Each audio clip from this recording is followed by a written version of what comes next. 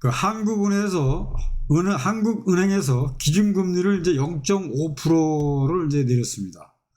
자, 그렇다면 이 기준금리 0.5%를 내린 게 우리 부동산 담보대출에 어떤 영향을 미칠까요? 제가 아는 바로는 이 한국은행에서 기준금리를 내릴 때에는 이 일반적인 어떤 그 부동산 대출의 그 금리보다는 기업들에게 힘을 실어주기 위해서 금리를 조정하는 걸로 알고 있습니다.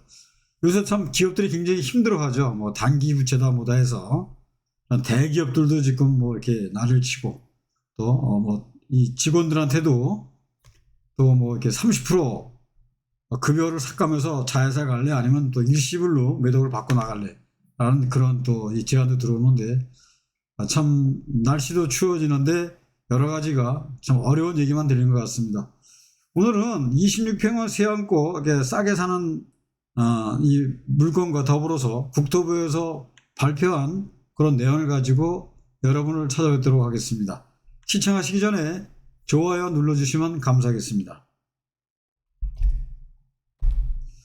먼저 국토교통부에서 이 발표한 10월 주택 통계를 이제 내보냈는데요. 좀 여기에 대해서 이게 공감이 가는 부분도 있지만 또 고개를 가다는 부분인데 그거는 또 유념하셔서 봐주셨으면 감사하겠습니다. 지금 이제 주택 인허가는 이제 전년도 대비 28.9%가 증가를 했다고 그러죠.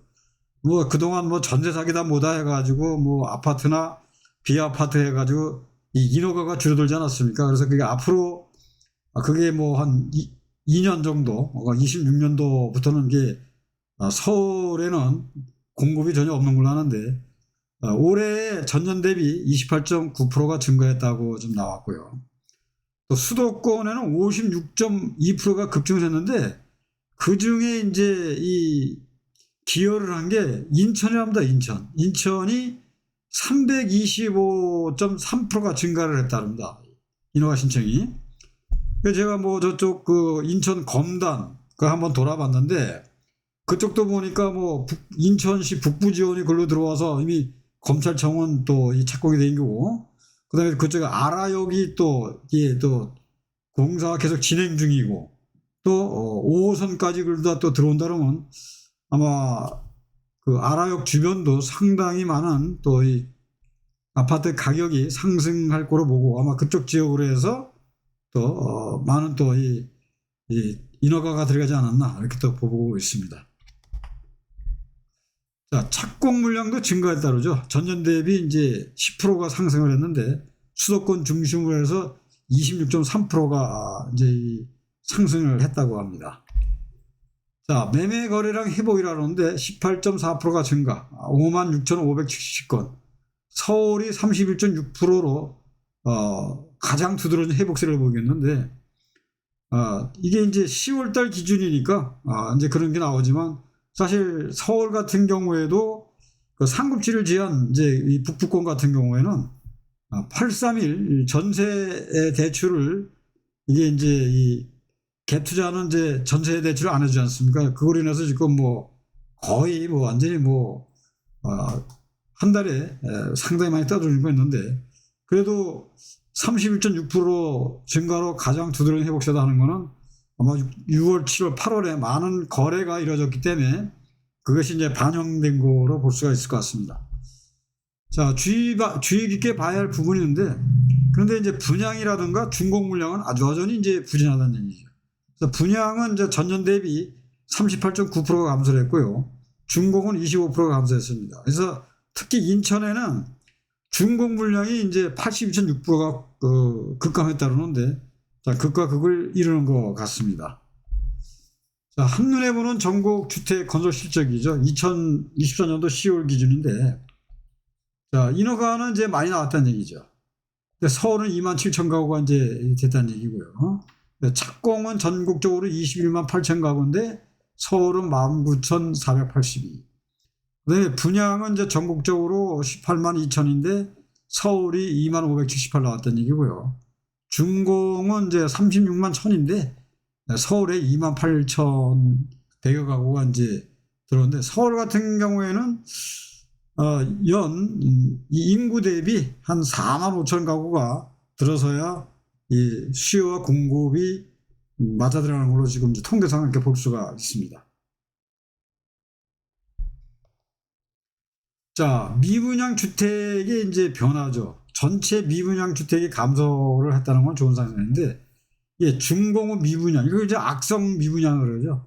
6.1%가 증가를 했고, 수도권은 이제 준공 후에 미분양이 이제 또 33.1%가 증가했다 그러니까, 이런 부분이 상당히 이게 증감의 폭이 차이가 좀 날 거로 볼 수가 있을 것 같습니다. 자, 주목할 만한 트렌드죠. 그래서 월세 거래가 지속적으로 증가했다. 그러니까 전체 거래량의 50.3%. 묵동 센트럴 아이파크 이부 같은 경우에도 월세가 이렇게 많지는 않지만 그래도 이 가격 전체의 이 전세나 월세가 매매보다는 많이 이제 증가했다 볼 수가 있습니다. 근데 전년 대비 2.4포인트가 상승했다고 이제 지금 발표를 하고 있습니다. 자, 시장 전망이죠. 그러니까 주택 시장의 회복 기미가 이제 보인다. 그러나 공급 불균형 문제는 여전히 존재하고 앞으로의 추이를 지속적으로 모니터링을 이제 필요하다 이렇게 보는데, 자, 이 시장 전망에도 우리가 또 잘 또 한번 또 신중하게 또 들여다볼 그런 사항이 있습니다. 제가 개인적으로 봤을 때는 이번 통계에서 부동산 시장의 작은 이제 어떤 그런 불씨를 이제 보여주는 것 같은데, 하지만 완전한 회복까지는 아직 갈 길이 멀다고 봅니다. 그러니까 투자자와 실수요자 모두 신중한 접근이 필요한 시점이라고 볼 수가 있을 것 같습니다.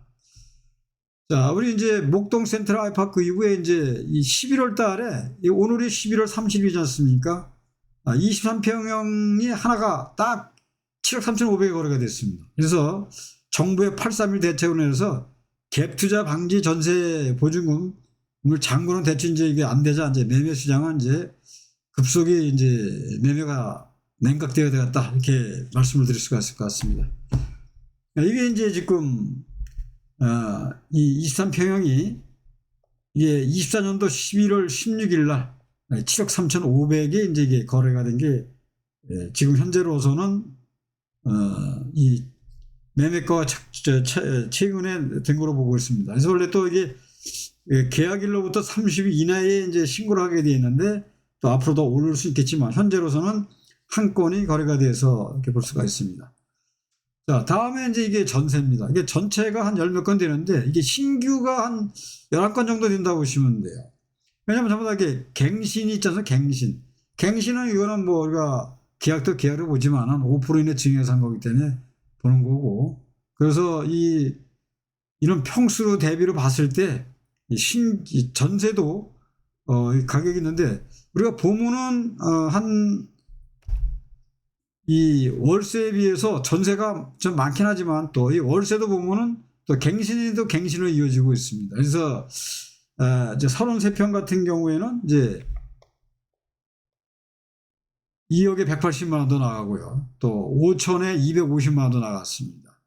그 다음에 23평 같은 경우는 3천에 180만 원도 나갔고요. 그 다음에 25평 같은 경우에 이제 3억에 115만 원 나갔고, 그 다음에 이제 25평 같은 경우에 2억 5천에 140만 원인데, 이게 이제 5천에 뭐 155만 원도 나가겠는데, 이제 5천만 원. 그러니까 서울시에서 소액 임차인이 1억 6,500이고, 최우선 변제가 5,500이니까 그 범위 안에서 이제 이게 또 이 월세를 내고 또 사시는 분도 계신다고 보면 되겠습니다. 자, 오늘은 203동 4층에 한 이 매물을 한번 소개해 드리겠습니다. 신월동 203동 4층이고요. 매매입니다. 여기 사용 승인은 2020년도 5월 28일 날 떨어졌죠. 판상형이고요. 방 3개, 욕실 2개, 에어컨이 공항 공석계 있고, 거실 기준 남서향이라 채광도 좋고 햇빛도 잘 듭니다. 그래서 개방감, 전망 정말 좋은 거고, 이게 매매가 9억 9천인데 보증금을 5억 5천에 있습니다. 그럼 내 돈이 이제 한 4월 정도 되고, 입주 시기는 25년도 1월 말로 보시면 됩니다. 1월도 됐고 2월까지도 가능합니다. 실투자 4억 4천이죠. 그래서 이 얼죽신이라지 않습니까? 요새 이제 얼죽신도 이게 지금 이제 이 신규가 조금 이렇게 하다 보니까 좀 적어지는데, 그래도 목동 센트럴 아이파크는 4개 단지로 이루어져 있고 또 이 커뮤니티도 잘 돼 있어서 지금 이게 이 저렴한 가격에 사시면은 지금 우리가 이 부동산 투자를 할 적에 1년, 2년을 놓고 올랐다 내렸다 이렇게 생각하시면 집을 못 사죠. 물론 이제 내년도 초에 가서 또 어떤 방향이 나올지 모르겠지만 항상 그래도 놓고 보면 10년을 놓고 보면 항상 우상돼 있다 이렇게 보시면 됩니다. 그러면 자본적 이 소득이 증가가 되는 거죠. 그래서 4억 4천 가지고 지금 이 물건을 사놓으신다 그러면은 또 10년 후를 또 내다보시면 또 커다란 또 수익도 되실 거로 보여집니다. 자, 저는 신정 뉴타운에서 한 20년 동안 재개발만 전문으로 했습니다. 그래서 지금도 서울과 수도권의 재개발지에 이 초기 투자를 한 뭐 1억대부터 뭐 3억대까지 또 많게는 또 9억에서 10억대까지 투자를 시켜드리고 있습니다. 주거 사다리라고 그러죠. 우리가 또 이 자본적 소득을 만들기 위해서는 한 번에 20억, 30억씩 들어갈 수는 없지 않습니까? 차분하게 2, 3억 가지고 또 1억 이하를 가지고 투자하실 분이 계시면은 이 번호로 연락을 주시면 제가 성심껏 설명해 드리겠습니다. 자, 오늘 영상은 여기까지입니다. 도움이 되셨다면 좋아요와 구독을 부탁드리겠습니다. 시청해 주셔서 감사합니다.